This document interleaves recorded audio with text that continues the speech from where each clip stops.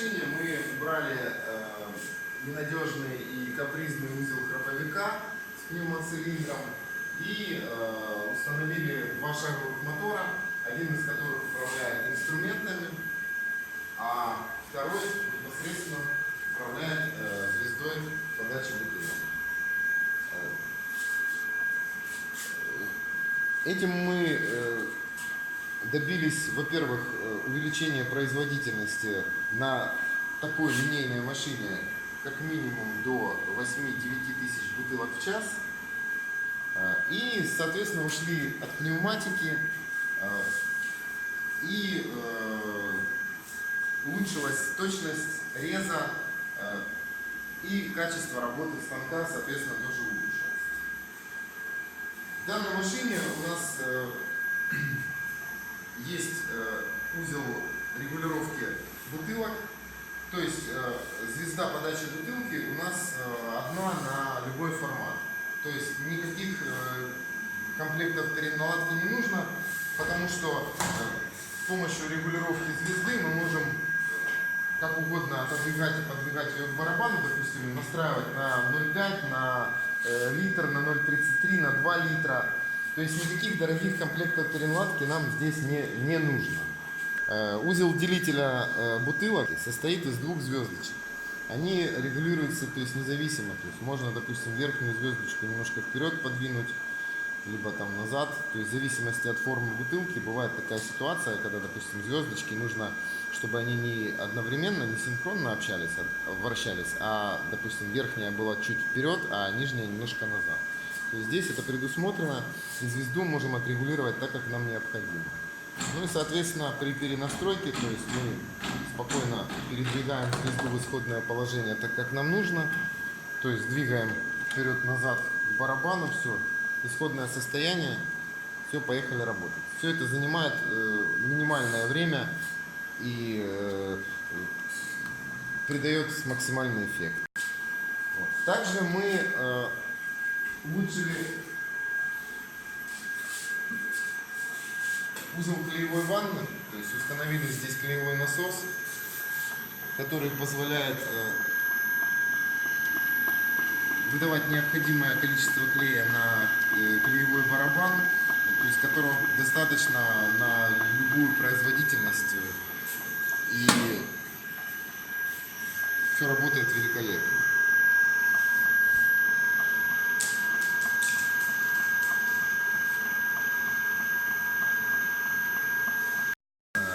Значит, есть определенные моменты, когда нет контрастной метки, необходимо выставлять, допустим, датчик метки, необходимо понимать, срабатывает он или нет. То есть здесь установлена такая штука, как звуковой сигнал подачи метки. Допустим, мы включаем привод ленты в ручном режиме. То есть при срабатывании метки идет звуковой сигнал. И то есть не нужно смотреть на светодиод, мы слышим прекрасно, то есть срабатывает метка или нет. Также есть режим, который называется чистка барабана. То есть при работе с этой установкой в любом случае нужно чистить барабан. То есть от клея, там, при наладке, там еще какие-то моменты. Ну, просто, допустим, нужно помыть барабан, почистить.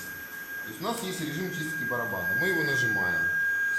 У нас есть датчик затора, он становится кнопкой. То есть, когда мы на него нажимаем, у нас барабан крутится. То есть, нажали, помыли, нажали, помыли. Допустим, с этой стороны неудобно, допустим, мы переходим на другую сторону, и датчик накопления бункера у нас точно так же является кнопкой.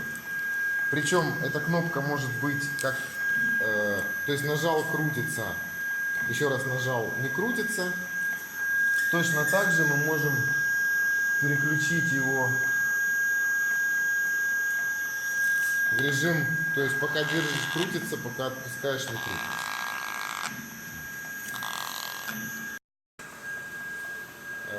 В станке предусмотрен режим смачивания барабана. Это необходимо для жемчужной этикетки, так как она электризуется и липнет. То есть есть брызгалка, которая работает непосредственно в тот момент, когда машина работает. Точно так же мы можем настраивать ее интенсивность, то есть больше, меньше, быстрее, медленнее. Это все настраивается в настройках и индивидуально для каждой этикетки.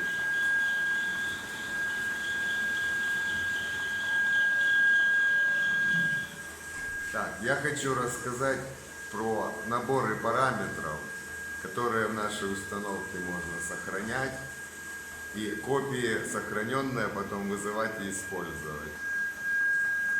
Будем называть все параметры, которые устанавливаются в окошках, вот их совокупность, базами данных. Вот, установка сейчас работает на рабочих параметрах. Их можно скопировать через буфер обмена в 3 ячейки. То есть настроили там Coca-Cola 0,5 литров, подписали и через буфер перегнали, вот это вот запомнили. А потом, когда надо, вызвали и применили в рабочих параметрах, оно все перестроилось. Вот это называется заводские установки. Вот этой клавиши не будет, можно только вызвать и задействовать. А вот это перекачивать базы данных на флешку. Вот это файлы на флешке. Вот.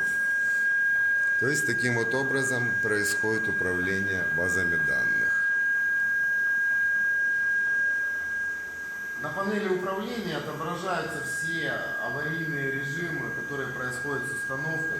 Допустим, у нас есть датчик затора бутылок, то есть когда происходит накопление бункера, переполнение, то есть конвейера, если бутылка станет в этой зоне, то у нас высветится затор и будет гореть красный индикатор.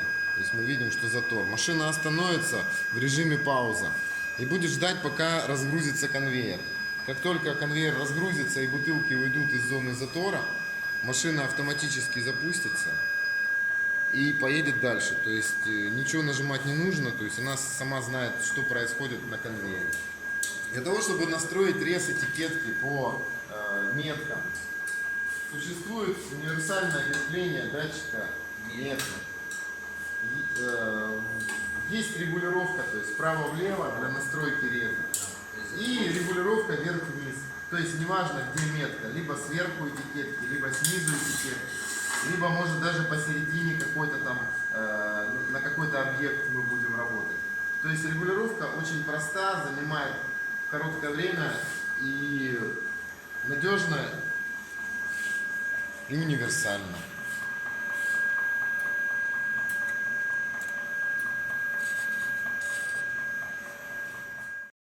После настройки машины у нас есть только одна регулировка, это темп работы. То есть есть ползунок, которым мы регулируем, то есть быстрее либо медленнее должна работать машина. То есть мы либо увеличиваем его, либо уменьшаем. То есть больше ничего настраивать не нужно. То есть мы смотрим, как работает линия розлива, как работает этикировочная машина. И синхронизация, то есть по этому ползунку.